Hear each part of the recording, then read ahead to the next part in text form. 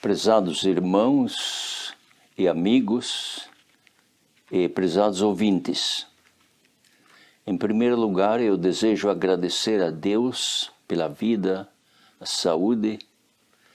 Agradeço também pelo plano da salvação em Jesus Cristo, pelo grande sacrifício feito por nós para a nossa salvação. E nesta hora queremos considerar a história do início e o estabelecimento do movimento de reforma. Porém, antes de entrarmos nessa parte, desejo mencionar algumas coisas concernentes à Igreja Adventista nos seus primórdios. Os Adventistas do sétimo dia, tendo base profética em Daniel 8,14, tiveram sua origem no ano de 1844. Mais tarde, isto é, em 1860, eles se associaram como igreja, quando escolheram seu nome, e se comprometeram a guardar os mandamentos de Deus e a fé de Jesus. Eis aí o seu compromisso. Leio do livro O Grande Movimento Adventista, página 58. Nós, os signatários abaixo, mediante este nos associamos como igreja, adotando o nome de Adventistas do sétimo dia, prometendo guardar os mandamentos de Deus e a fé de Jesus Cristo. Desde 1844 se passaram muitos anos, isto é, 16 anos, até que eles tiveram a primeira organização local. 3 anos mais tarde, em 1863, os adventistas se organizaram como Conferência Geral. Naquele tempo, era o tempo da Guerra Civil, que começou em 1861 até 1865. E no ano seguinte, depois da organização da Conferência Geral, no dia 2 de agosto de 1864, durante a Guerra Civil nos Estados Unidos, a comissão da Conferência Geral enviou uma carta ao governador de Michigan, a qual mencionaremos. Essa carta está escrita neste livro aqui, chamado Seventh-day Adventists in Time of War. Quer dizer, os Adventistas do sétimo dia em tempo de guerra. Foi escrito pelo ancião Francis McClellan Wilcox. E ele era um dos membros da comissão da Conferência Geral. Vou ler o que se encontra à página 58 deste livro. Os abaixo assinados, que compõem a comissão executiva da Conferência Geral dos Adventistas do sétimo dia, submetem respeitosamente à consideração de Vossa Excelência a seguinte declaração.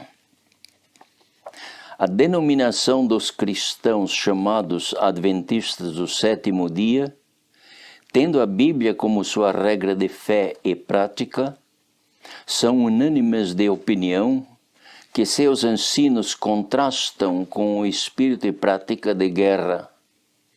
São, pois, por motivo de consciência, contra o porte de armas. Se existe alguma parte da Bíblia que nós, como povo, acentuamos mais do que qualquer outro ponto de nossa crença, esta é a lei dos 10 mandamentos, a qual consideramos como a mais suprema lei, e aceitamos cada preceito da mesma, literal e absolutamente. O quarto mandamento desta exige cessação de qualquer trabalho no 7º dia da semana. O sexto proíbe tirar a vida. Segundo nossa opinião, nenhum desses mandamentos pode ser observado no serviço militar. Nossa prática uniforme está intimamente ligada a estes princípios.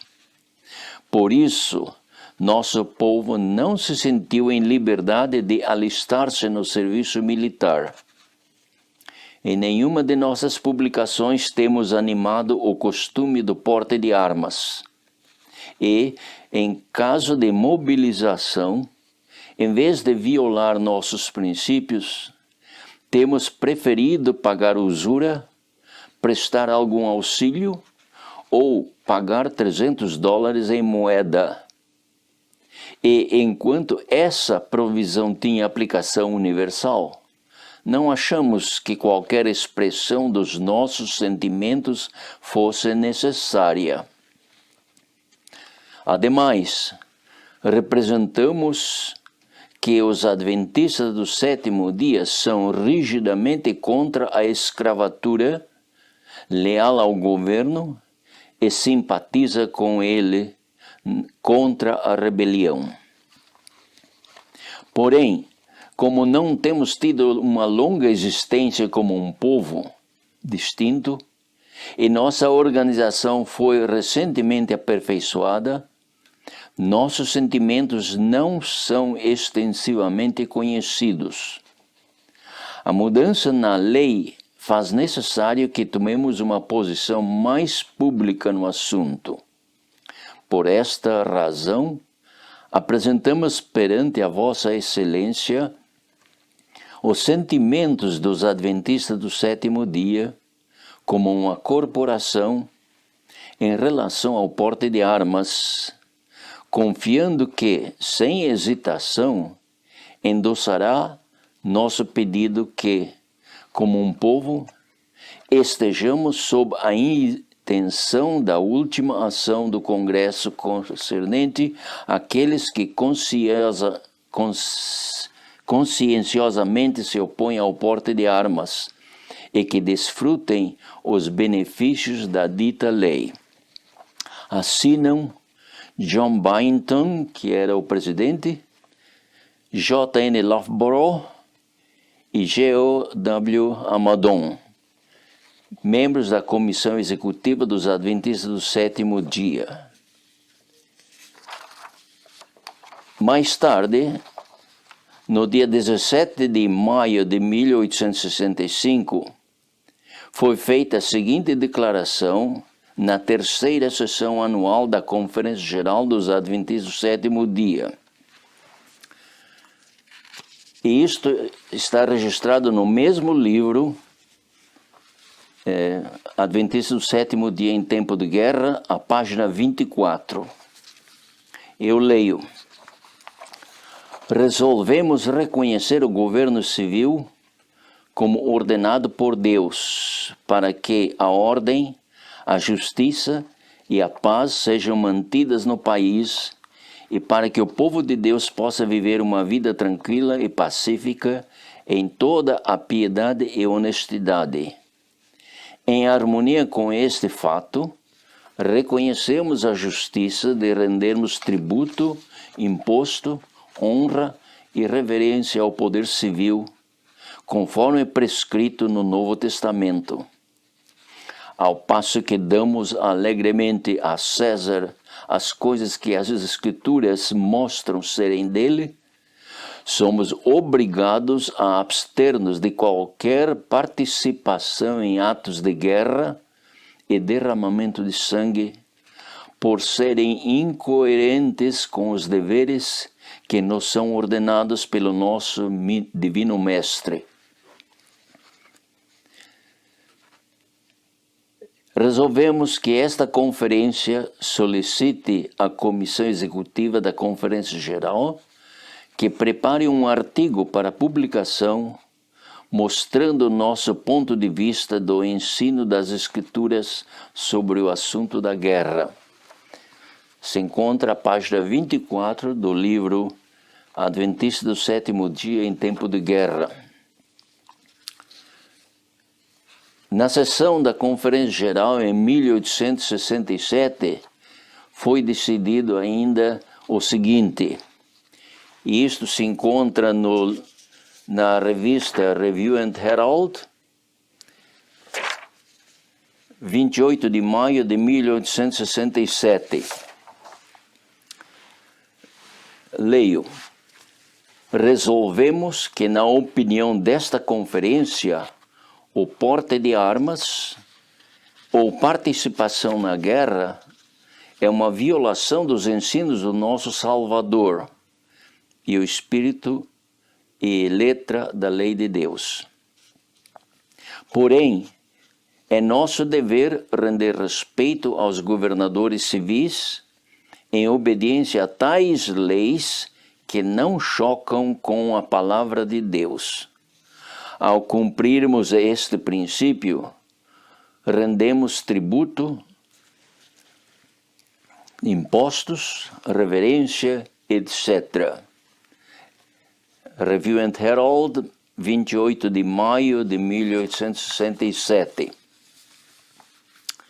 Durante a Guerra Civil nos Estados Unidos de 1861 a 1865, a serva do Senhor, Ellen White, recebeu instruções do Senhor com respeito ao serviço militar e à guerra. Ela escreveu: o que eu vou ler está registrado em Testemunhos para a Igreja, volume 1, página 361 e 362, na edição em inglês. Leio. Foi-me mostrado que o povo de Deus, que é o seu tesouro especial, não pode entrar nesta guerra complicada, pois isto seria contrário a cada princípio de sua fé. No exército, os homens não podem a um tempo obedecer à sua fé e às ordens dos seus superiores. Isto seria uma contínua tortura de consciência. Os homens do mundo são governados por princípios mundanos. Não podem compreender outros princípios. A política dos homens e a opinião pública contém as leis da ação pelas quais são guiados e induzidos a praticar a forma de retidão. Mas o povo de Deus não pode ser governado por esses motivos. As palavras e mandamentos escritos na alma são espírito e vida, e há neles poder para levar o homem à submissão e o constranger à obediência. Os 10 mandamentos de Jeová são o fundamento de todas as leis justas e boas. Mas, se as exigências dos governadores entram em conflito com as leis de Deus, a única questão a ser resolvida é esta: devemos obedecer a Deus ou aos homens? Durante a Guerra Civil nos Estados Unidos, houve alguns que decidiram tomar parte na guerra. E eu leio deste livro chamado Light Bearers to the Remnant, quer dizer, portadores da luz para o remanescente. Este é um livro que foi publicado para o Departamento de Educação da Conferência Geral dos Adventistas do Sétimo Dia, pelo ancião R.W. Schwartz. E na página 101, ele diz o seguinte: durante os últimos tensos meses da guerra, vários soldados adventistas que se alistaram voluntariamente perderam sua posição como membros da igreja. Um desses homens foi um membro da igreja da sede em Battle Creek. O anúncio de sua exclusão foi abertamente publicado na Review. Eu tenho aqui uma fotocópia da Review and Herald, onde o nome desse irmão é mencionado. E vou ler.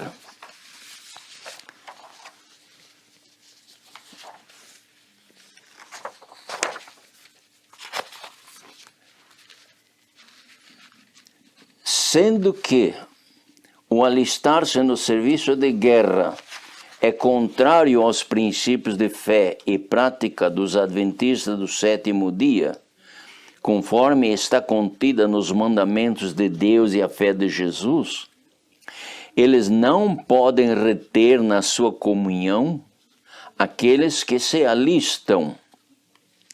Enoch Hayes foi, portanto, excluído do rol de membros da igreja de Battle Creek por voto unânime da igreja em 4 de março de 1865. Review and Herald, 7 de março de 1865. E os adventistas do sétimo dia publicaram um livro, publicaram vários livros. Comentário Bíblico Adventista do Sétimo Dia. E o volume 10, que é este aqui, é a enciclopédia. E neste volume 10 do Comentário Bíblico, eles dizem o seguinte, a respeito do movimento de reforma.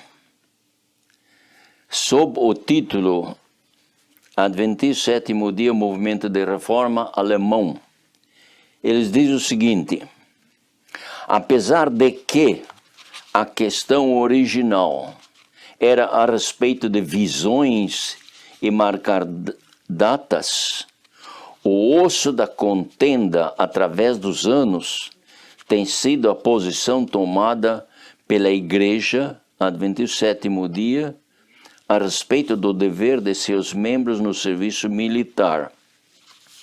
Isso se acha à página 1183 da edição do ano de 1976. É verdade que o osso da contenda tem sido e ainda é a questão do serviço militar e a guerra. Porém, não é verdade que a origem do movimento de reforma foi a respeito de visões e marcar datas. No mesmo volume, a página 10, a Igreja Adventista do Sétimo Dia publicou o seguinte, eu leio.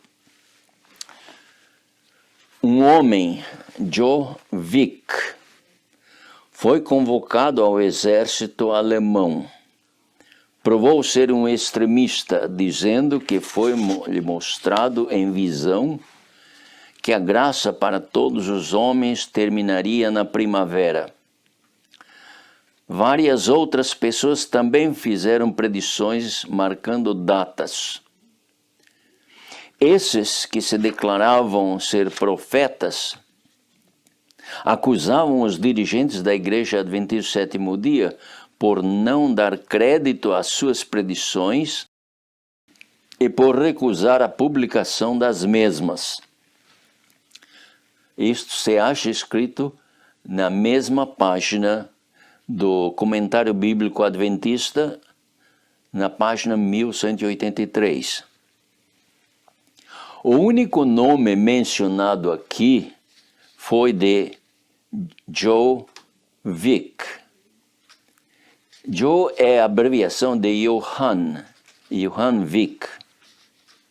Foi dito também que havia outras pessoas que marcaram datas, mas os seus nomes não foram mencionados.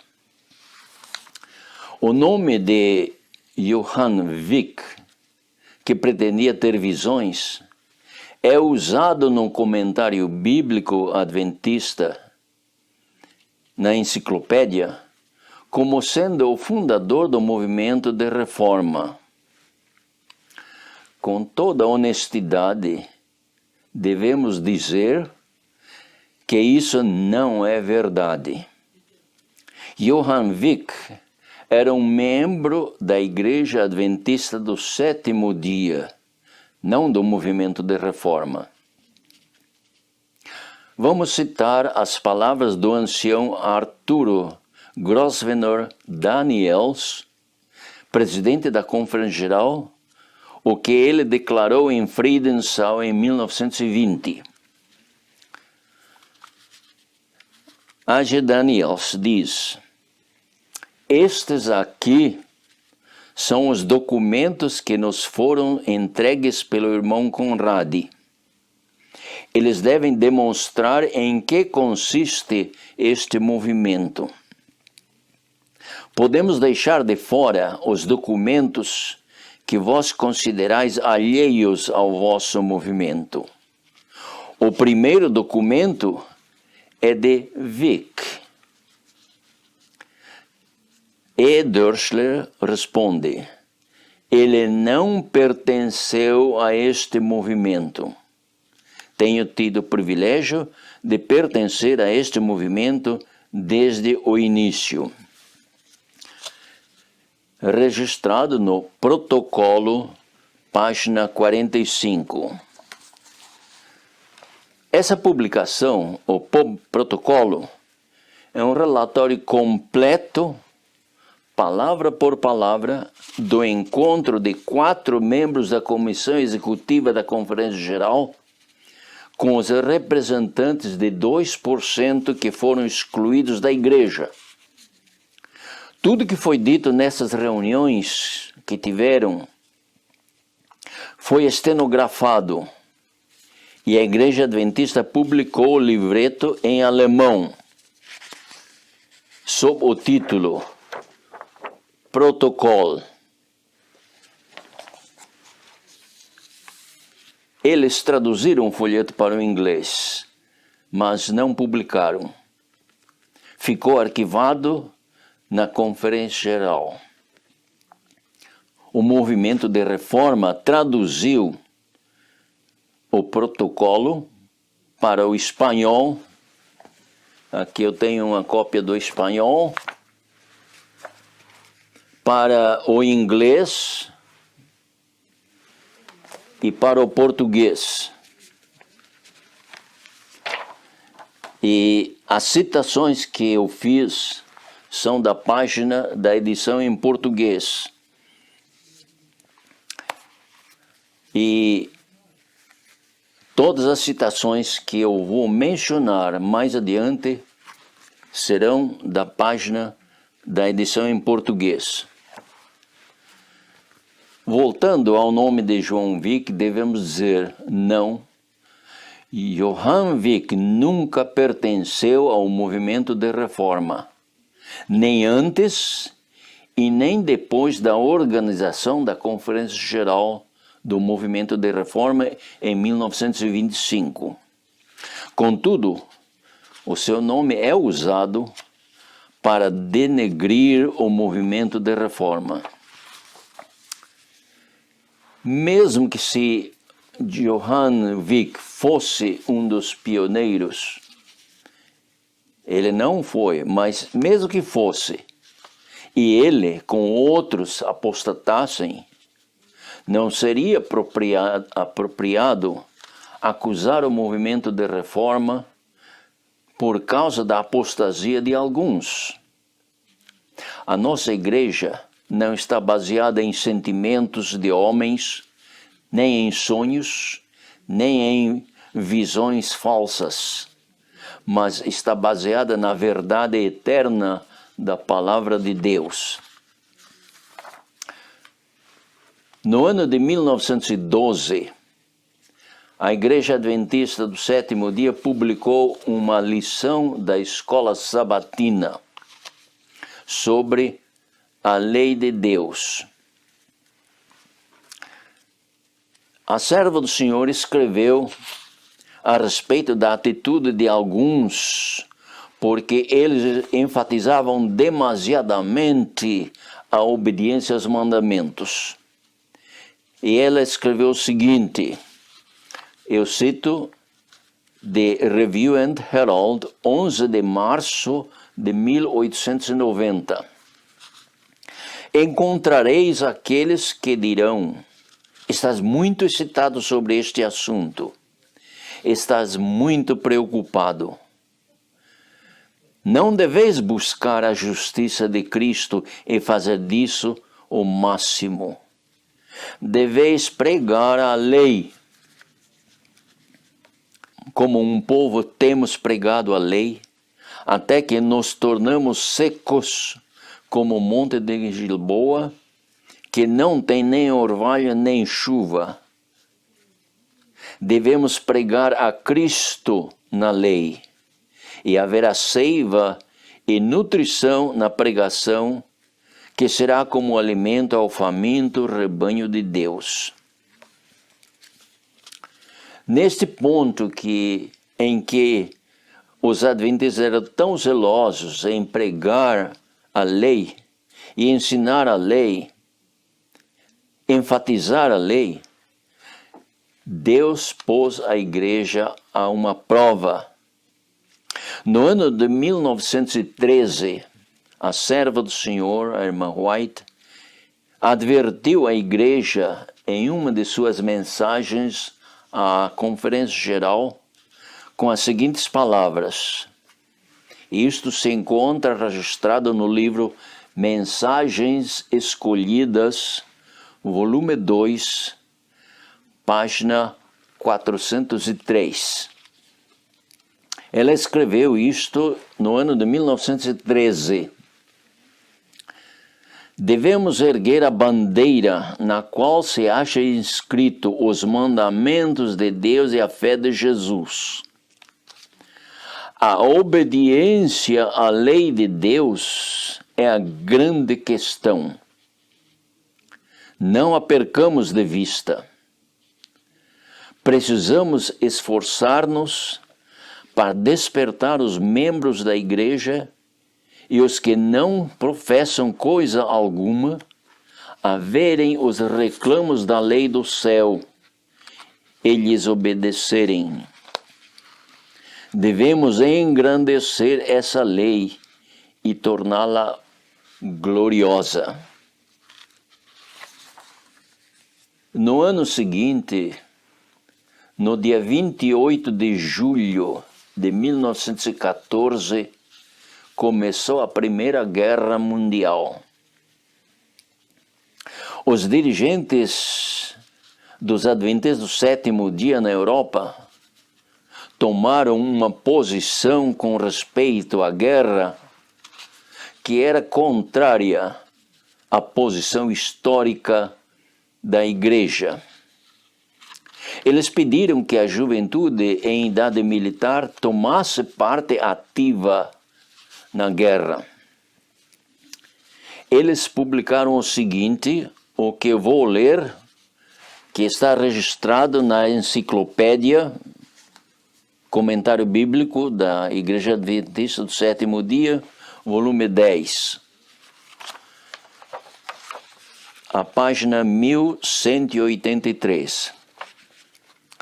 Por ocasião da mobilização alemã, em agosto de 1914, os adventistas do sétimo dia daquele país enfrentaram a necessidade de fazer uma decisão imediata com respeito ao seu dever a Deus e ao país quando chamados para as Forças Armadas. Depois de tomar conselho com os poucos dirigentes adventistas do sétimo dia disponíveis naquele tempo, o presidente da União Este-Europeia informou o ministro de Guerra da Alemanha, por escrito, com data de 4 de agosto de 1914, que os adventistas do sétimo dia alistados fariam serviço no sábado em defesa do seu país.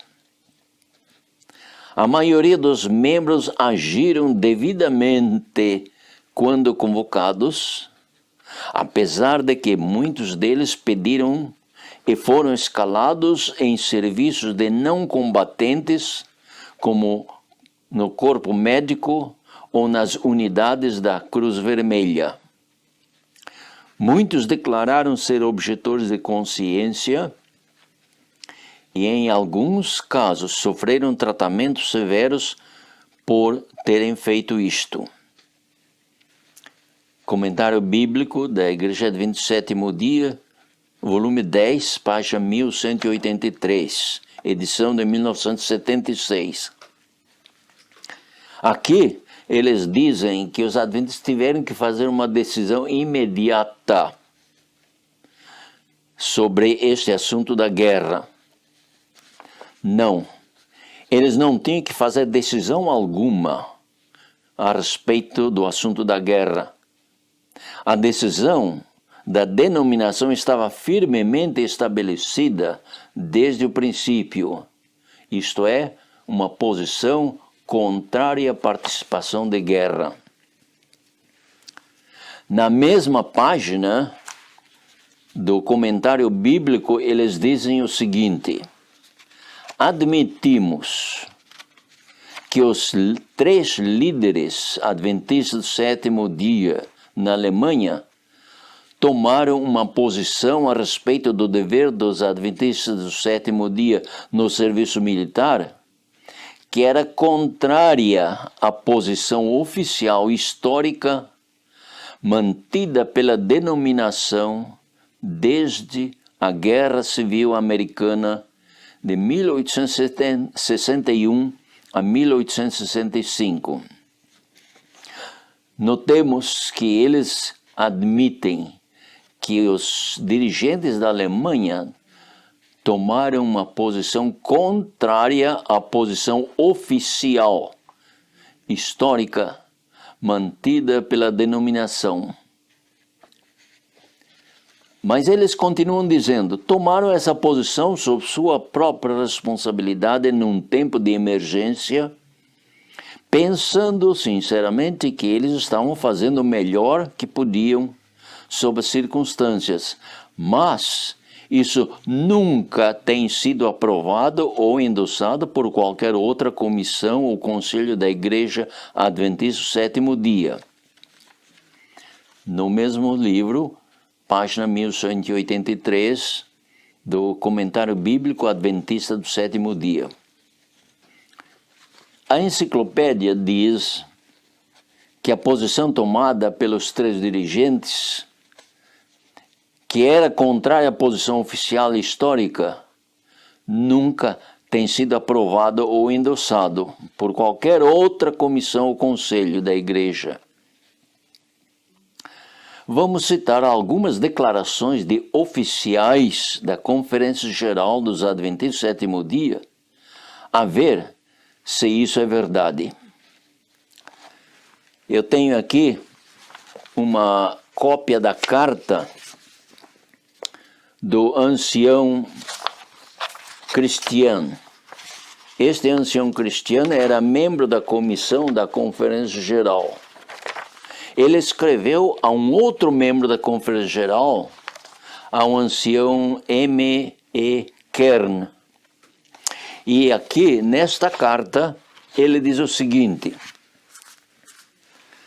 a comissão da Conferência Geral considerou este assunto durante o Conselho de novembro de 1915, declarando que dariam aos vários países do mundo a liberdade para continuar a adotar para si mesmos aquelas leis especiais. Na questão do serviço militar e o porte de armas, nós, os delegados da Associação de Rheinland de Cima, estamos de completo acordo com o ponto de vista bíblico conforme mantido pelos nossos dirigentes. Consideramos isto um assunto civil, que os governos estabelecidos por Deus têm o direito de requerer, conforme citado em 1 Pedro 2, 13 e 14 e Romanos 13, 4 e 5.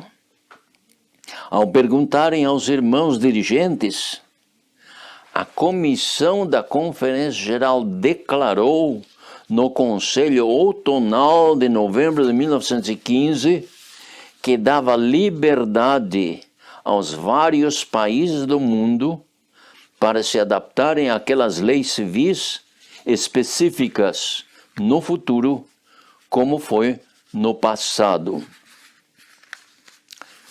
O ancião Arthur Daniels confirmou esta mesma coisa, e isto se acha registrado no protocolo, a página 59 e 60.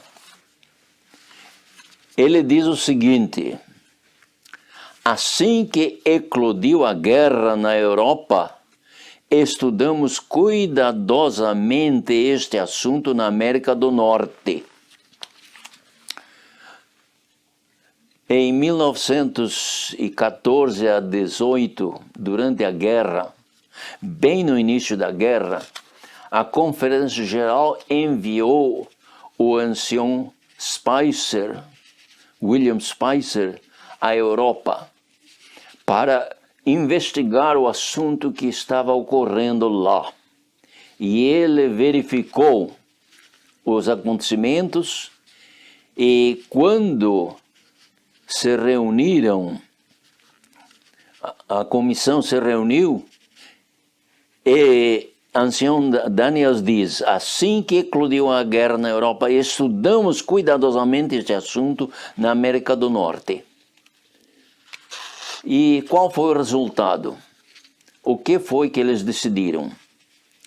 Na página 61 do protocolo, ele diz o seguinte: adotamos essa resolução, a saber que cada qual devia agir na questão de acordo com a sua consciência.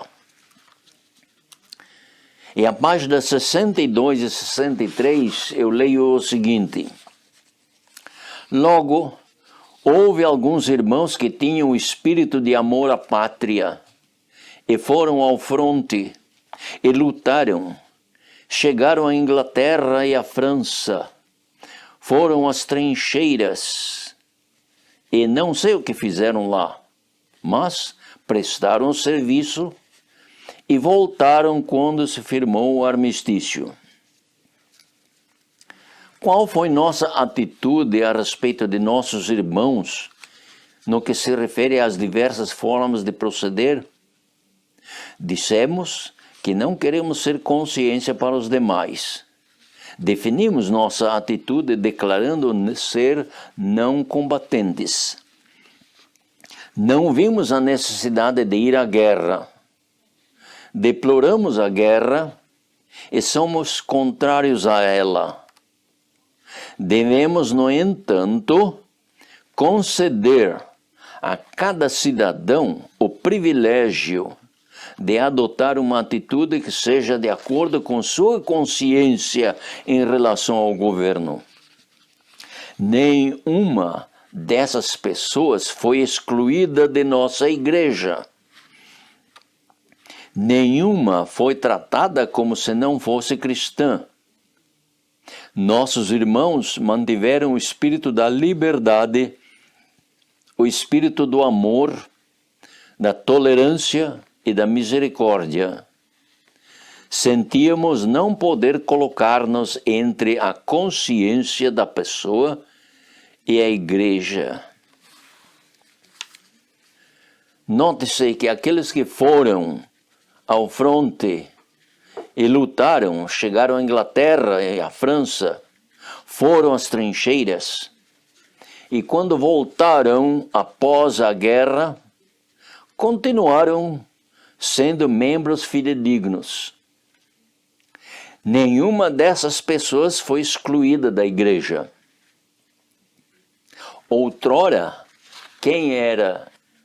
que foi excluído? Aqueles que foram à guerra, como nós citamos o caso de Enoque Reis. Mas em 1914 a 18, quem foi excluído da igreja foram aqueles que permaneceram fiéis à lei de Deus. A igreja concedeu liberdade de consciência para que cada um atue conforme sua consciência deseja. Como considera Deus a liberdade de consciência para transgredir sua lei? Vamos ler alguns testemunhos da pena inspirada. Primeiro eu leio de Patriarcas e Profetas, página 634. Patriarcas e Profetas 634. Deus não deu liberdade aos homens para se afastarem de seus mandados. O Senhor declarou a Israel: não fareis cada qual tudo o que bem parece aos seus olhos, mas guarda e ouve todas estas palavras que te ordeno. Deuteronômio 12, 8 e 28. Ao resolver sobre qualquer caminho a seguirmos em nossos atos, não devemos indagar se podemos ver que resultará mal do mesmo, mas se está de acordo com a vontade de Deus. Há caminho que ao homem parece direito, mas o fim dele são os caminhos da morte. Provérbios 14, 12. Citado de Patriarcas e Profetas 634. Um outro testemunho diz: Maior Discurso de Cristo, páginas 51 e 52.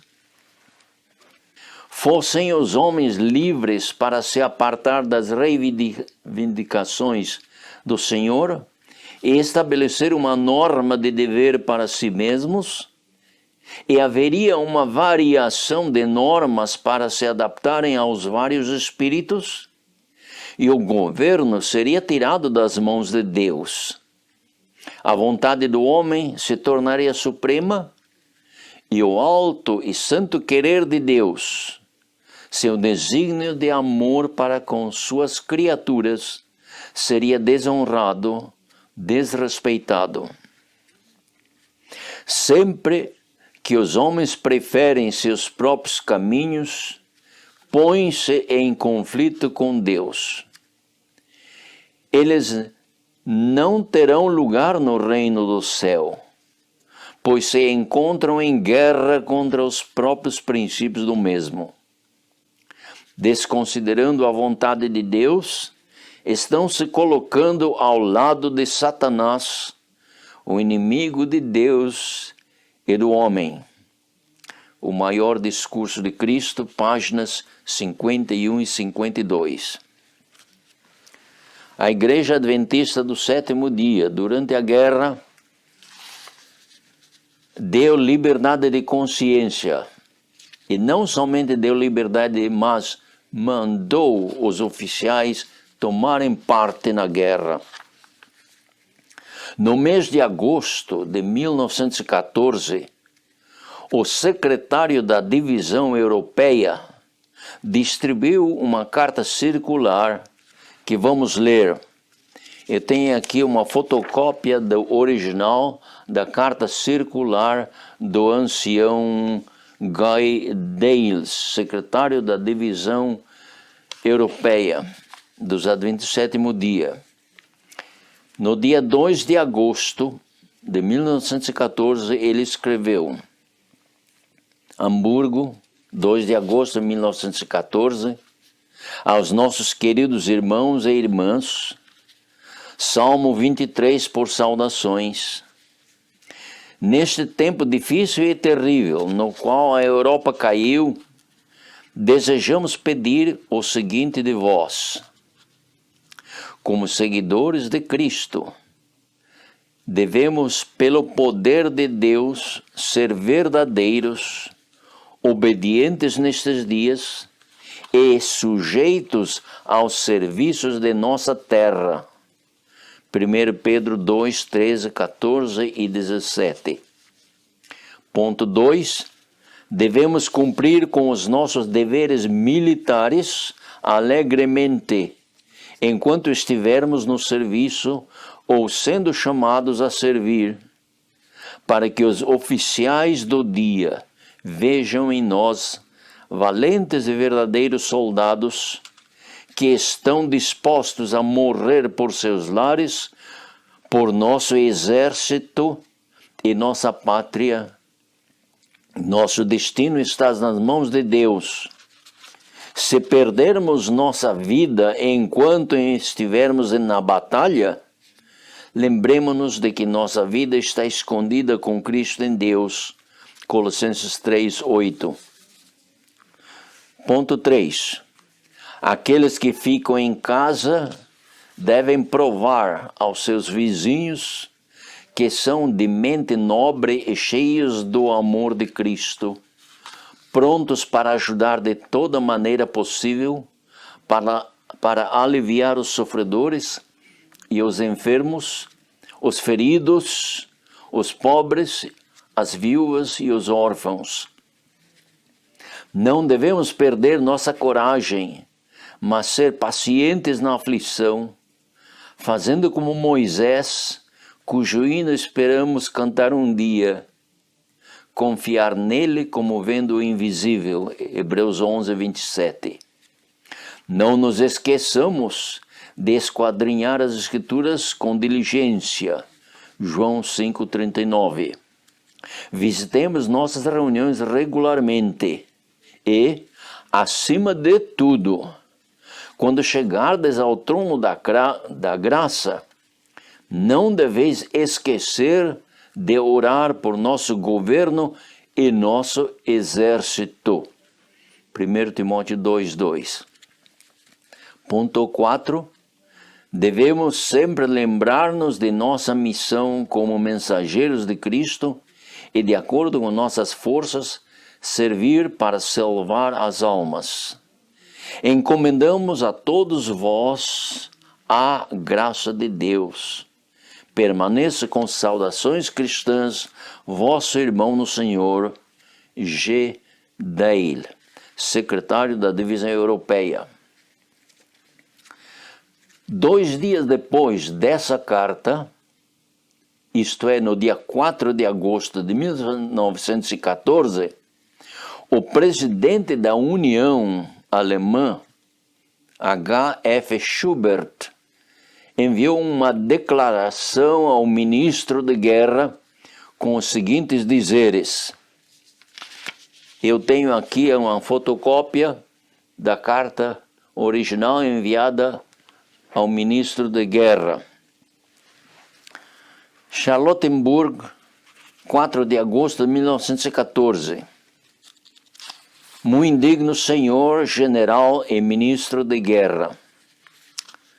Sendo que muitas vezes nossos pontos de vista a respeito dos nossos deveres para com o governo, também nossa posição geral sobre os deveres militares e especialmente desde que nossa recusa para servir no sábado em tempos de paz é considerada como sendo fanática, portanto tomo a liberdade de comunicar a vossa excelência, apresentando os princípios dos adventistas do sétimo dia na Alemanha, especialmente agora, na presente situação da guerra.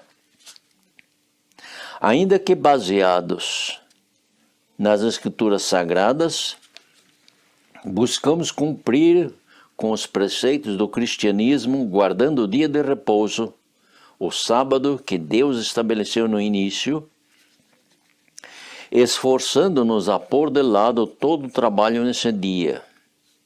Apesar de tudo isso, reconhecemos no tempo sério da guerra o nosso dever de apoiar a defesa da pátria e, sob estas circunstâncias, portar as armas também no sábado.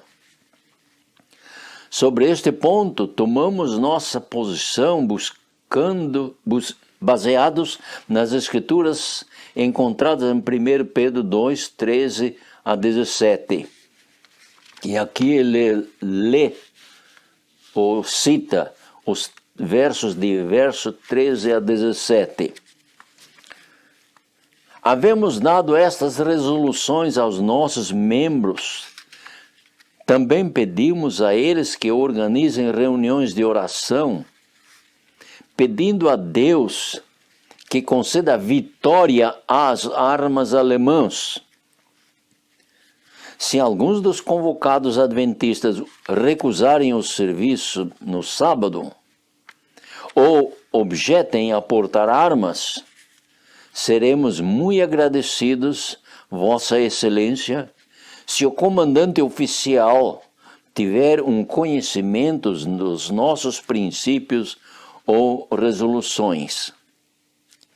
Em relação a esta declaração, permita-me, Vossa Excelência, informar que em Friedenthal, Magdeburg, nosso sanatório, nossa escola missionária, também 250 tendas armadas, com um médico encarregado e um número de enfermeiros treinados que podem assistir a 1.400 soldados feridos, estão à vossa disposição. Oramos a Deus que conceda a esta justa causa a vitória. Tenho a honra, Vossa Excelência, de permanecer. Assina H.F. Schubert, presidente da União Alemã. O presidente da divisão europeia, Konrad, e o presidente da União Leste Alemã, da Associação da Saxônia, declararam o seguinte em uma carta ao comandante do exército. Isto foi no dia 5 de março de 1915. Vou ler o que se encontra na carta enviada ao comandante do exército. Dresden, 5 de março de 1915, ao comandante-geral do 7º Corpo do Exército em Dresden. Em relação ao número 856, número 3, de 22 de fevereiro de 1915, que proibia realizar reuniões adventistas em Dresden, permita o abaixo assinado a dar a seguinte explicação.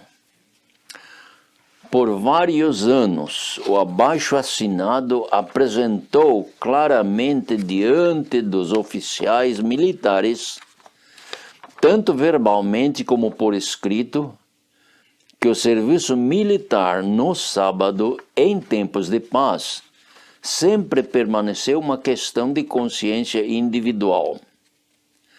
Mas, ao irromper a guerra, os dirigentes da organização adventista na Alemanha aconselharam a todos os seus membros, com o seu consentimento, em todas as terras, sob a pressão circunstancial e a necessidade da pátria, a cumprir os seus deveres exigidos deles como cidadãos, de acordo com as Escrituras, e zelosamente fazer nos sábados o que os outros guerreiros fazem no domingo.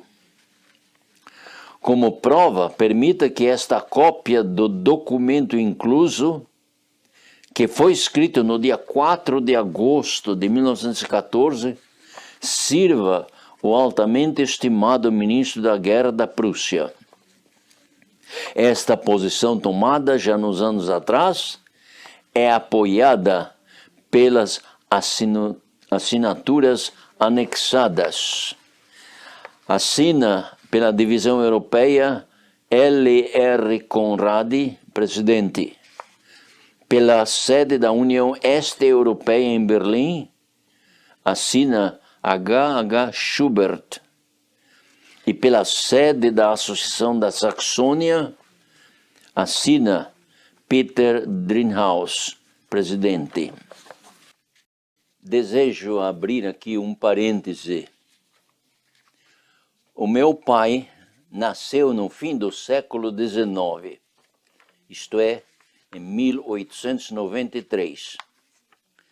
Quando ele tinha 19 anos de idade, em 1912, ele aceitou a fé adventista na Hungria e foi batizado na Igreja Adventista do Sétimo Dia no dia 13 de fevereiro de 1913. Ele recebeu a carta circular da Divisão Europeia pedindo a todos os jovens em idade militar que se alistassem no serviço de guerra. Ele havia aprendido da lição da escola sabatina do ano anterior, 1912, que nós devemos ser obedientes aos mandamentos de Deus. Agora, ele estava num dilema. Devia fazer o serviço militar ou não? Devia participar na guerra ou não? Ele queria ser leal à igreja e assim ele, sendo um adventista, decidiu entrar no serviço da guerra. Muitas vezes ele nos contava que o trabalho dele ali era carregar a comida da cozinha para os soldados na trincheira. Ele ficou fisicamente enfermo e os oficiais o enviaram para casa a fim de fazer o tratamento. Enquanto ele estava se recuperando, o ancião da igreja o convenceu de que um adventista não deve participar na guerra. Ele aceitou o conselho do ancião e não voltou mais ao exército. Por essa razão, ele foi excluído da igreja. Isso aconteceu com meu pai. Aqui está uma fotografia da minha família. Este é meu pai. Aqui estou eu. Aqui está minha mãe e meus 2 irmãos. Em 1916, numa igreja onde se reuniam minha avó, minha tia e minha mãe, o ancião da igreja, por nome Kutashi, ensinava aos membros que um adventista não deve participar na guerra. Um ministro chamado Murbach chegou a essa igreja num sábado para celebrar a Santa Ceia. A mesa estava posta e tudo estava pronto para a solenidade do rito. Era a primeira vez que minha mãe iria participar da Santa Ceia após o seu batismo. O pastor Murbach perguntou à congregação: quem está ao lado do irmão Kutashi? O irmão se levantou e disse: não ao meu lado, mas ao lado do Senhor. Porém, o ministro insistia: quem tem a mesma opinião do irmão Kutashi com respeito aos deveres para com o governo? se ponham de pé. Aproximadamente umas 20 pessoas se levantaram. O ministro então disse: vocês não podem tomar parte na Santa Ceia. Então eles saíram da sala e foram para o pátio da igreja, no fundo da igreja. E o resto dos membros que ficaram dentro continuaram com a cerimônia. O ancião Kutashi convidou esses que estavam com ele à sua casa para fazer o culto ali. Naquele mesmo dia, eles foram excluídos da igreja. Entre eles estava a minha avó, a minha tia e a minha mãe. Uma das amigas da minha mãe viveu até o ano 2002. O seu nome era Rosa Cons Lambru. Aqui está a fotografia dela comigo. Eu a visitei em 1995 na Romênia e tirei uma fotografia com ela. Ela estava bem lúcida da memória, com a idade de 94 anos. Ela me contou como ela e minha mãe eram amigas íntimas e ambas foram excluídas da igreja com os outros mais naquele mesmo dia. Essa experiência ocorreu na Hungria, não na Alemanha. De modo que o problema não era só na Alemanha, mas em 16 países da Europa. E nesses 16 países, 2% foram excluídos da igreja, aqueles que se opuseram a participar na guerra. Vou ler a lista dos países, dos 16 países onde os fiéis adventistas foram excluídos da igreja. Alemanha, Áustria, Bulgária, Tchecoslováquia, Dinamarca, Estônia, França, a Grã-Bretanha, a Holanda, Hungria, Polônia, Romênia, a Rússia, Suécia, Suíça e a Iugoslávia. Em 1915, uma imprensa pública deu um testemunho a respeito da exclusão de membros fiéis. Eu leio de um jornal alemão. Desde o rompimento da guerra, realizou-se entre os adventistas uma divisão. A maior parte queria que a doutrina ficasse sem vigor durante a guerra. A outra parte, porém, exigia a santificação do sábado também durante a guerra. Essa controvérsia causou a expulsão da organização os defensores dos princípios da antiga fé.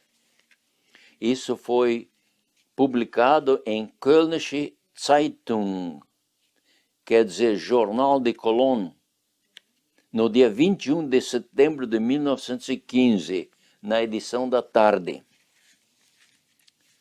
No ano de 1918, quando a guerra terminou, os adventistas do sétimo dia declararam, através da imprensa pública, que 2% dos membros foram excluídos durante a guerra. Eu tenho aqui uma fotocópia do jornal alemão, no qual eles dizem o seguinte: no começo da guerra, dividiu-se nossa igreja em dois partidos. 98% de nossos membros chegaram pelo estudo da Bíblia à convicção de que a consciência manda defender a pátria com armas também no sábado. Esta opinião, apoiada por todos os membros da diretoria, foi imediatamente comunicada ao Ministério de Guerra. 2%, porém, não concordaram com esta decisão, sendo por fim excluídos por motivo de seu comportamento indigno de um cristão. Estes elementos insóbrios se fizeram pregadores, procurando propagar suas ideias loucas, porém com pouco sucesso. Chamam-se falsamente pregadores e adventistas, quando não o são. São enganadores. Quem a tais elementos dispensar o tratamento que merecem, nos fará verdadeiramente um favor. Nossa diretoria empregou até hoje o dinheiro supérfluo no empréstimo de guerra, e isto na firme esperança de que a Alemanha sairá vitoriosa nesta luta medonha. Isto foi publicado no jornal chamado Dresdner Neueste Nachrichten, que em português seria As Mais Recentes Notícias de Dresden, 12 de abril de 1918, conforme consta aqui no jornal alemão. Uma outra declaração foi feita também pela igreja através da imprensa. E isto é neste outro jornal chamado Stuttgarter Neues Tagblatt. E eu leio o que está escrito nesse segundo jornal. Ao princípio da guerra havia alguns membros, como também há em outros lugares, os quais não queriam participar no serviço de guerra, já por falta de espírito de união, já por fanatismo.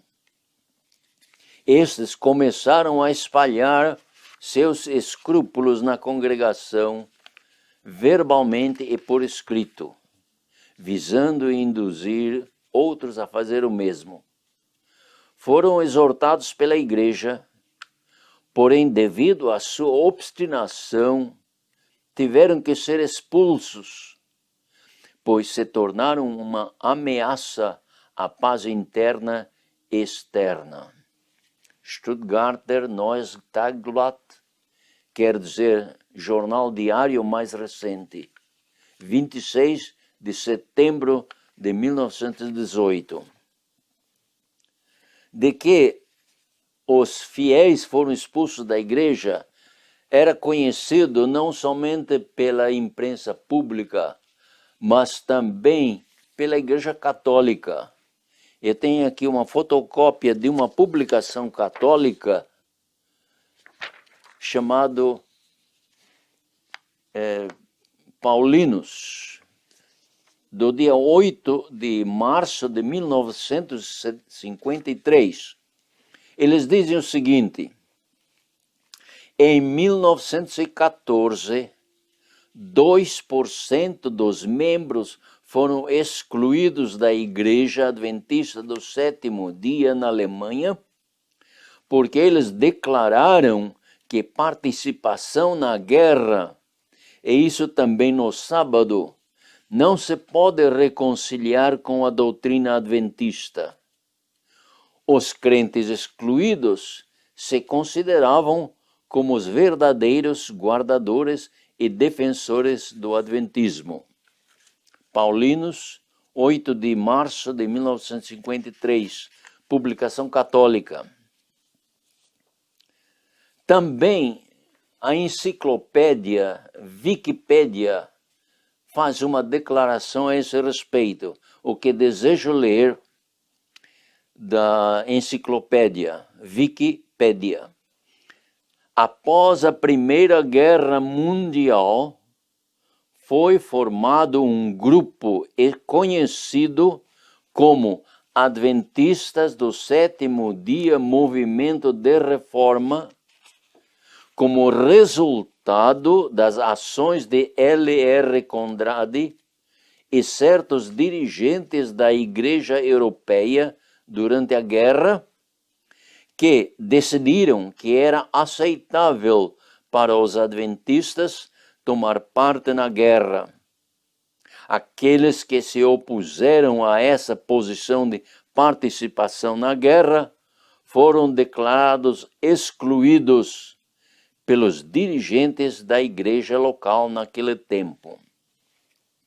Notem que a mesma enciclopédia sabe que o movimento de reforma se originou como resultado das ações de Conradi e outros dirigentes, com aqueles que foram excluídos da igreja. E esses excluídos da igreja se constituíram o núcleo de que mais tarde se tornou Adventista Sétimo Dia Movimento de Reforma. Interessante que o ancião Conradi, Louis Richard Conradi, muito antes da Primeira Guerra Mundial, já tinha a convicção de que os adventistas deviam portar armas quando requerido pelo governo. Em 1886, ele escreveu uma carta da Rússia ao ancião Butler, porção da qual vamos ler. Aqui está uma fotocópia da Review and Herald, onde foi publicada a carta de Conradi, escrita a Butler, e neste parágrafo aqui marcado, ele diz o seguinte: depois de uma longa luta, os batistas agora são tolerados e seus pregadores têm plena liberdade de pregar. Eles tiveram que admitir o porte de armas e nós devemos fazer o mesmo se formos tolerados aqui. Os dirigentes da Igreja Adventista na Europa procuraram se justificar pela posição tomada pelos dirigentes da igreja na Europa. Eles publicaram vários artigos para explicar e justificar aquela apostasia. Um membro leigo em Berlim escreveu um livreto intitulado Der Christ und der Krieg, que traduzido quer dizer o cristão e a guerra. Eu tenho aqui uma fotocópia da primeira página dessa publicação, O Cristão e a Guerra. E nesse folheto ele diz o seguinte: mas o que é importante é que ele escreveu essa publicação sendo um membro leigo, mas essa publicação foi endossada pelos dirigentes, porque 3 deles prepararam o prefácio. Na página 18 desse folheto está escrito o seguinte: mostramos em tudo o que foi dito que a Bíblia ensina, primeiro, participar na guerra não é transgressão do 6º mandamento. Segundo, participar em ações de guerra no sábado não é transgressão do 4º mandamento. Quem crê de maneira diferente, mostra-nos uma declaração das Escrituras ou dos testemunhos. E se não conseguir mostrar, que tenha cuidado de não trazer acusações e declarações que não pode provar. Notem a contradição desse folheto com a declaração que foi escrita em dia 2 de agosto de 1864 pela Comissão da Conferência Geral dos Adventistas. Eles disseram, em 1864, o quarto mandamento desta exige cessação de qualquer trabalho no 7º dia da semana. O 6º proíbe tirar a vida. Segundo nossa opinião, nenhum desses mandamentos pode ser observado no serviço militar. Com toda franqueza, essas duas declarações são contraditórias. Umas são opostas à outra. Na realidade, houve uma mudança radical para pior na posição da Igreja Adventista do 7º dia. Esses irmãos fiéis que foram excluídos não tinham intenção de formar uma nova igreja ou um novo movimento.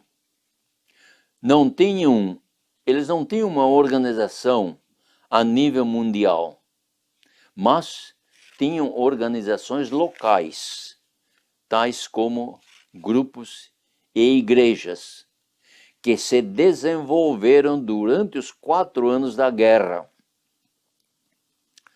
E que nome usavam eles? Em diferentes países, eles usavam nomes diferentes. Na Alemanha, por exemplo, eles usavam o nome... Esse aqui é um documento do registro da União Alemã. E eles usavam o nome Sociedade Missionária dos Adventistas do 7º dia, permanecendo sobre a plataforma de 1844. O nome Movimento de Reforma não era usado ainda. Na Hungria, eles usavam o nome Os Adventistas do 7º dia, permanecendo sobre a plataforma de 1844. Aqui está esse nome na edição húngara. Na Transilvânia, os Adventistas da Antiga Fé. Na Romênia e Bulgária, os Adventistas na Base da Fé de 1844. Na Iugoslávia, os Adventistas remanescentes. Na Tchecoslováquia, a Semente da Mulher. Na Escandinávia, os Adventistas da Fé Original. Estes irmãos, nesses lugares, se constituíram como um núcleo que mais tarde se tornaram um movimento de reforma, como vamos ver logo. Foram feitos esforços para uma reconciliação com a igreja, se ela se arrependesse e voltasse à posição original com respeito à guerra. Um esforço especial foi feito em 1920, quando 4 oficiais da Conferência Geral visitaram a Europa.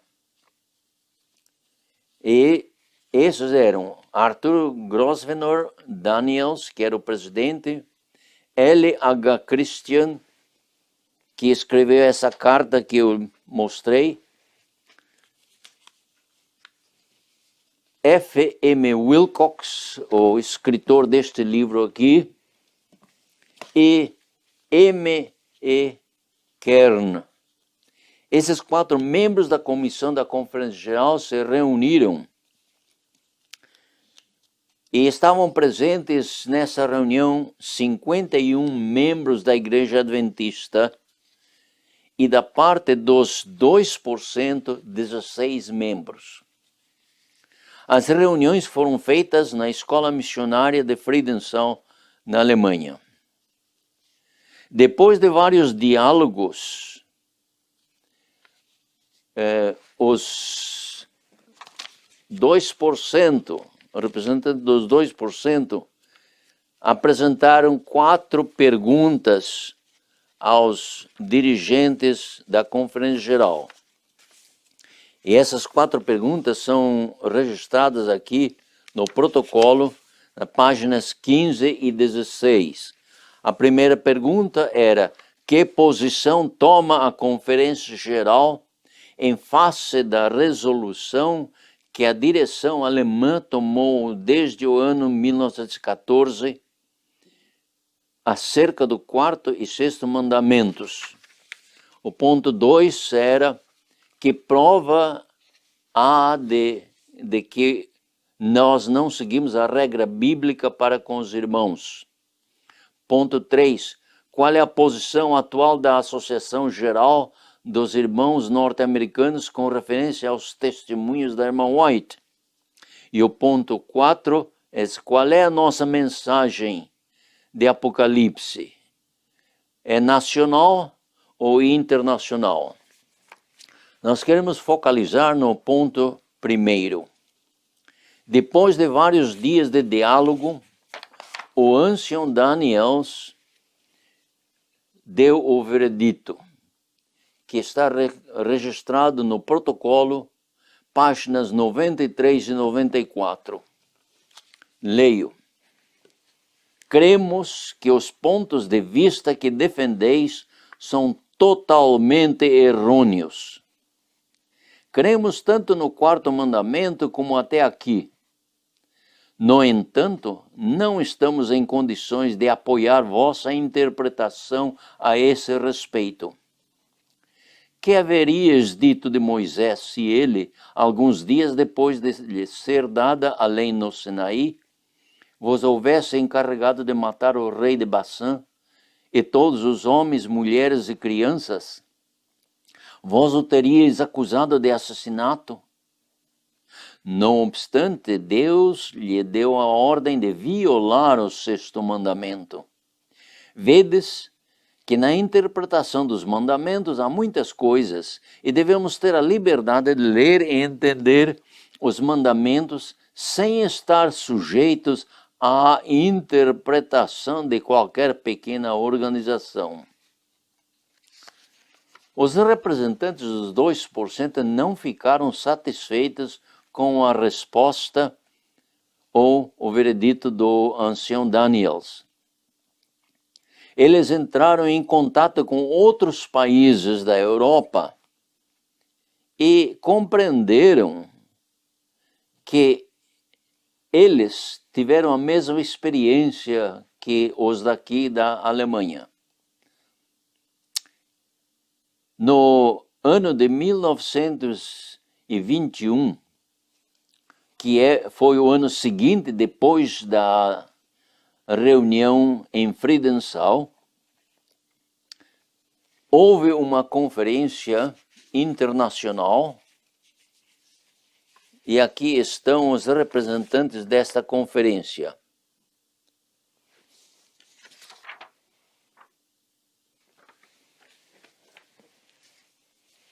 E no dia 18 de novembro de 1921, eles elegeram uma comissão internacional composta dos seguintes irmãos.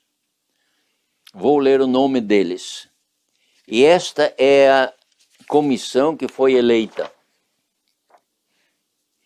Mais um outro irmão que não está presente aqui, chamado Dumitru Nikolic. Estes se constituíram ou foram eleitos como uma comissão internacional. O nome deles: K.J. Stiphout, da Holanda. O. Velp, da Alemanha. K.A. Ekeroth, da Suécia. A. Rosenstein, da Estônia. J. Adamczak, da Alemanha. P. Rasmussen, da Dinamarca. W. Richter, da Alemanha.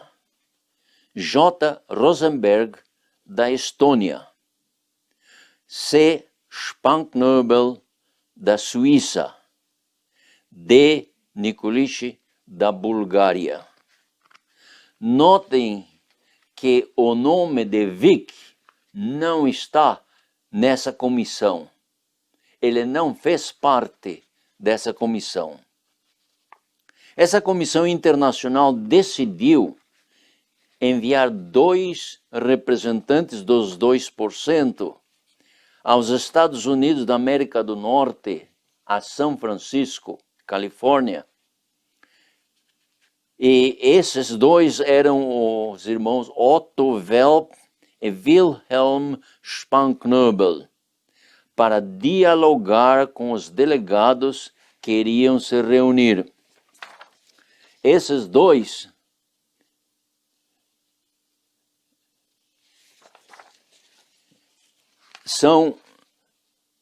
foram aos Estados Unidos e no ano de 1922, esses 2 irmãos representantes deram uma carta por escrito nas mãos do ancião Arthur Daniels diretamente. E essa carta não foi respondida.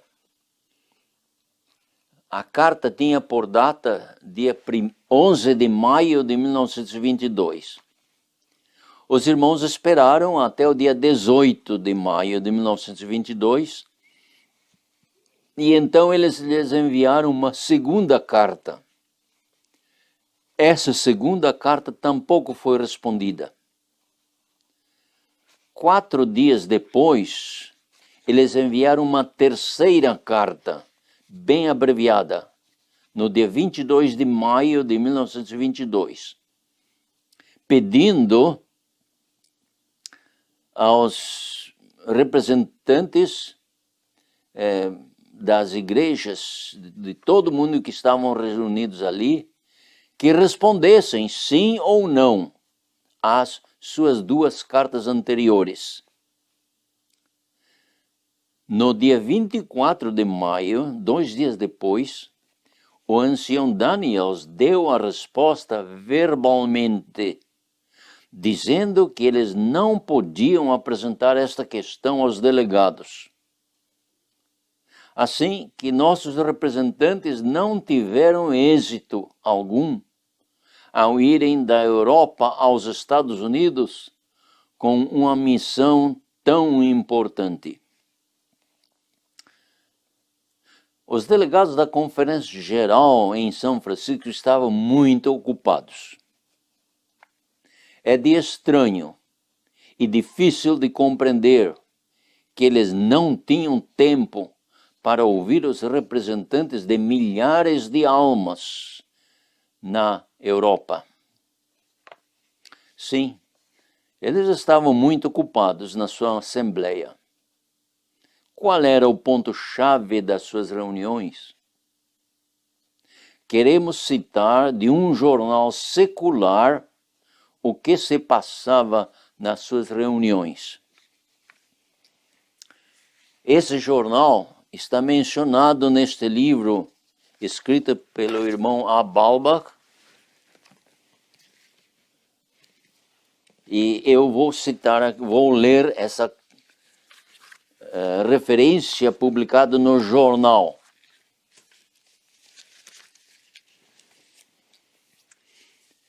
Eles dizem assim: os adventistas em debate ácido mudam o seu dirigente.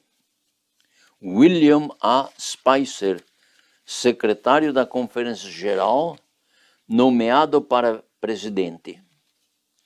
Depois de uma luta que abalou a Conferência dos Adventistas do Sétimo Dia até aos seus fundamentos e ameaçou ruptura nas fileiras dos seus obreiros, ontem foi feito um compromisso entre os 2 principais oficiais, resultando na adoção unânime do relatório da Comissão de Nomeação, nomeando William A. Spicer para a presidência e a remoção do anterior presidente Arthur G. Daniels para o cargo de secretário-geral, um cargo que era ocupado por Spicer por 20 anos.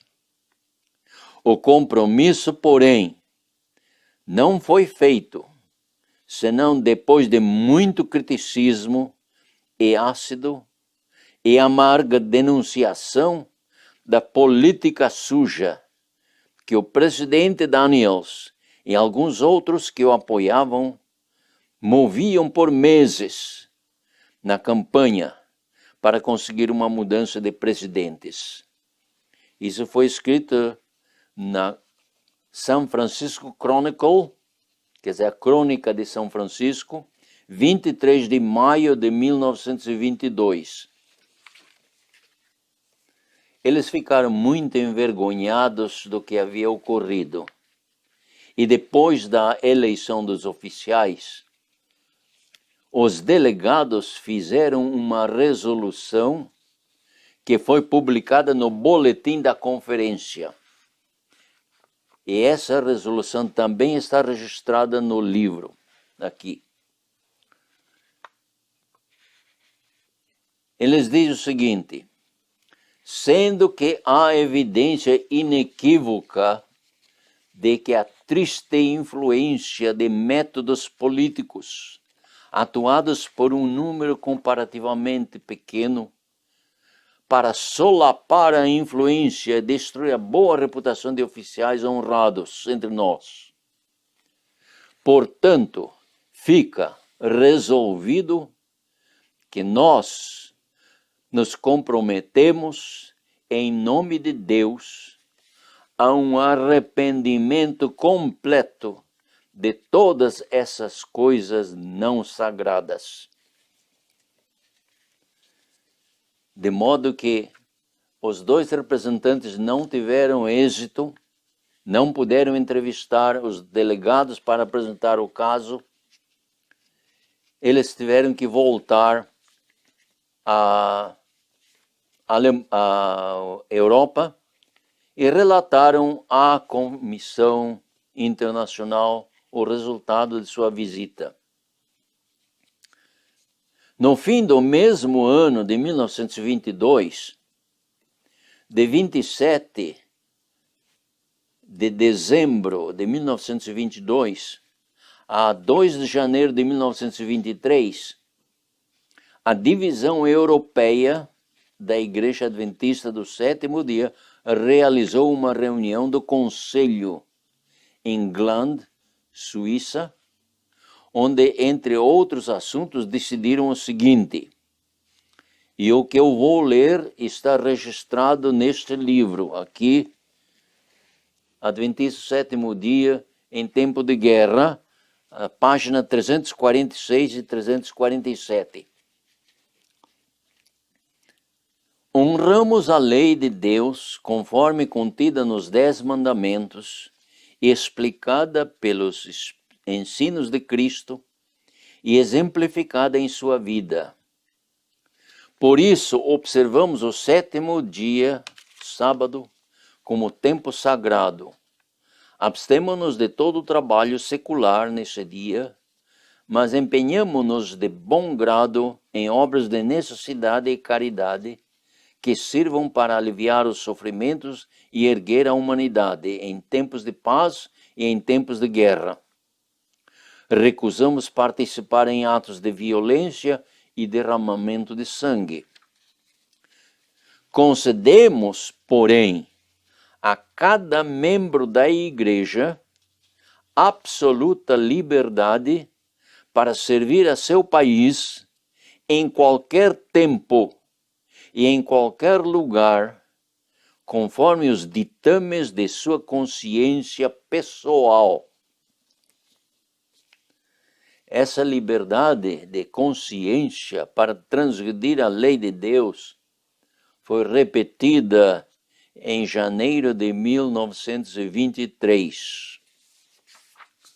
Quando os nossos irmãos viram que a Igreja Adventista do Sétimo Dia não mudou de atitude quanto à transgressão da lei de Deus, concedendo liberdade de consciência a cada membro da igreja para servir o seu país em qualquer tempo e em qualquer lugar, eles decidiram a se organizar como uma denominação sob o nome Adventistas do Sétimo Dia Movimento de Reforma. Notemos que o nome Adventista do Sétimo Dia, até que foi adotado, passaram 16 anos. E até que foi organizada a Conferência Geral, passaram mais 3 anos, 19 anos.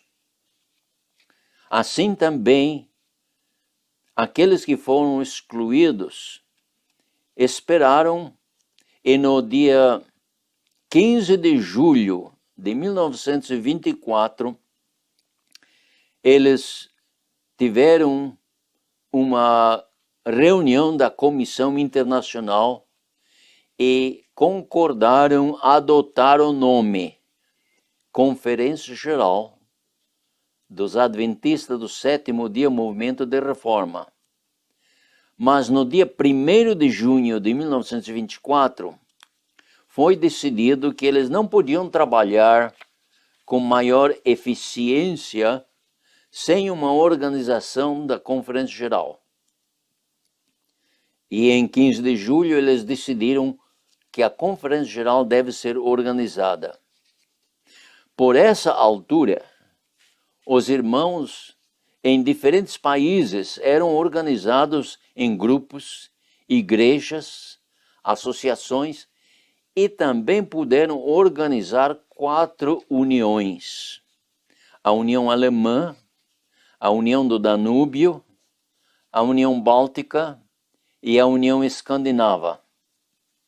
Essas 4 uniões publicaram em conjunto as leituras da Semana de Oração para o ano de 1924 em nome de Conferência Geral dos Adventistas do Sétimo Dia Movimento de Reforma. A revista foi publicada em dezembro de 1924. Eu tenho aqui uma fotocópia da publicação da Semana de Oração na língua húngara. E foi publicado em nome da Conferência Geral, em nome dessas 4 uniões. É muito importante notar que mesmo antes da organização da Conferência Geral, as uniões concordaram com o nome Adventistas do Sétimo Dia Movimento de Reforma. Aquele nome usado pela União Alemã, Sociedade Missionária Internacional, não foi aceito mundialmente como o nome do movimento de reforma. Nos dias 14 a 20 de julho de 1925, foi celebrada a primeira sessão de delegados da Conferência Geral do Movimento de Reforma. Estavam presentes 18 delegados, representando aproximadamente 4.000 membros. Vou ler os nomes desses delegados e os países que eles representavam. Konstantin Ursan, da Hungria. Wilhelm Richter, da Alemanha. Dumitru Nikolic, da Romênia. Wilhelm Korpman, da Estônia. Johann Hanselmann, da Alemanha. Otto Welp, da Alemanha. Peter Rasmussen, da Dinamarca. Wilhelm Maas, da Holanda. Josef Adamczak, da Alemanha. Albert Krahe, da Alemanha. Mihai Streza, da Romênia. Karl Kotzel, da Alemanha. Heinrich Spanknöbel, da Suíça. a irmã A. Ottonder, da União Báltica, A. Jürgens, da União Báltica, K. A. Ekeroth, da Suíça, Max Köhler, da Alemanha, e C. Adams, da Alemanha. Aqui eu tenho uma fotografia desses delegados da primeira sessão da Conferência Geral dos Adventistas do Sétimo Dia, Movimento de Reforma. E aqui está uma fotocópia da ata daquela assembleia. E aqui estão a assinatura dos delegados com um carimbo que diz Adventista do Sétimo Dia, Movimento de Reforma. Nesta assembleia foi oficialmente adotado o nome denominacional. E qual é o nome denominacional de nossa igreja? Adventista do Sétimo Dia, Movimento de Reforma. Os princípios de fé também foram adotados nessa mesma ocasião. Os primeiros oficiais do movimento de reforma foram eleitos. E eles são presidente Otto Welp, secretário Wilhelm Maass, o tesoureiro, também o mesmo Wilhelm Maass, e a comissão, os presidentes das uniões europeias.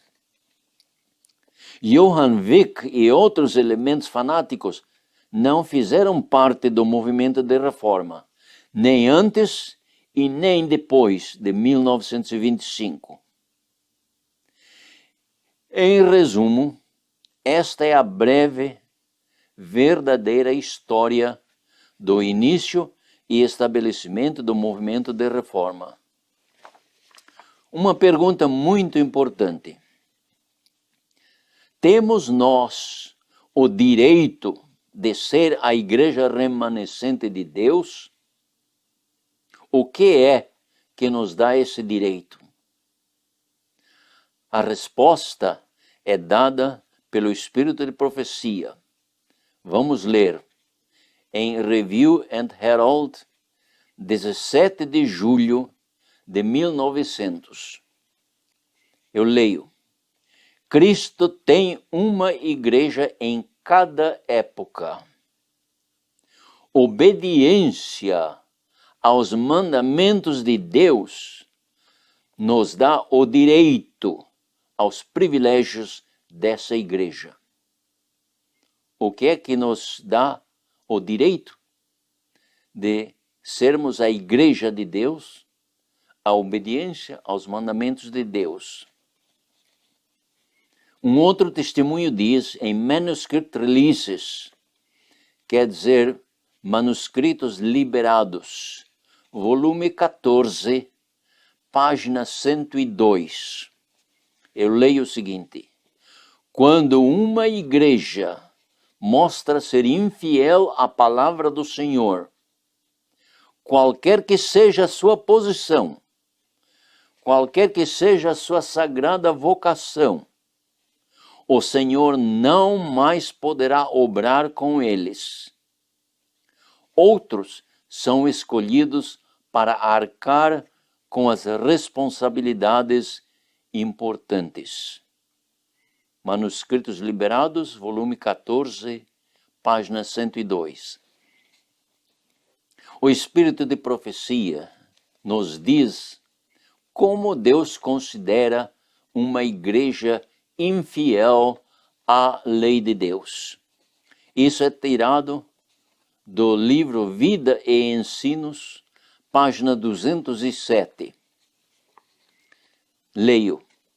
Assim reconhecem a Deus e a sua lei, fundamento de seu governo no céu e em todos os seus domínios terrestres. Sua autoridade deve ser conservada, distinta e clara perante o mundo, e não ser reconhecida lei alguma que esteja em oposição às leis de Jeová. Se, em desafio às disposições divinas, for permitido ao mundo influenciar nossas decisões ou ações, o propósito de Deus será frustrado. Se a igreja vacilar aqui, por mais sedutor que seja o pretexto apresentado para tal, contra ela haverá registrada nos livros do céu uma quebra da mais sagrada confiança, uma traição ao reino de Cristo. Irmãos, amigos, ouvintes, sejamos fiéis à lei de Deus em todos os tempos, em todos os lugares, como resultado da salvação oferecida por Jesus Cristo. E então temos o direito de pertencer à Igreja Remanescente de Deus. Para maiores detalhes sobre a história e desenvolvimento da nossa Igreja Adventista do Sétimo Dia Movimento de Reforma, solicitem informações sobre isso aos irmãos dirigentes, especialmente da sede da Conferência Geral.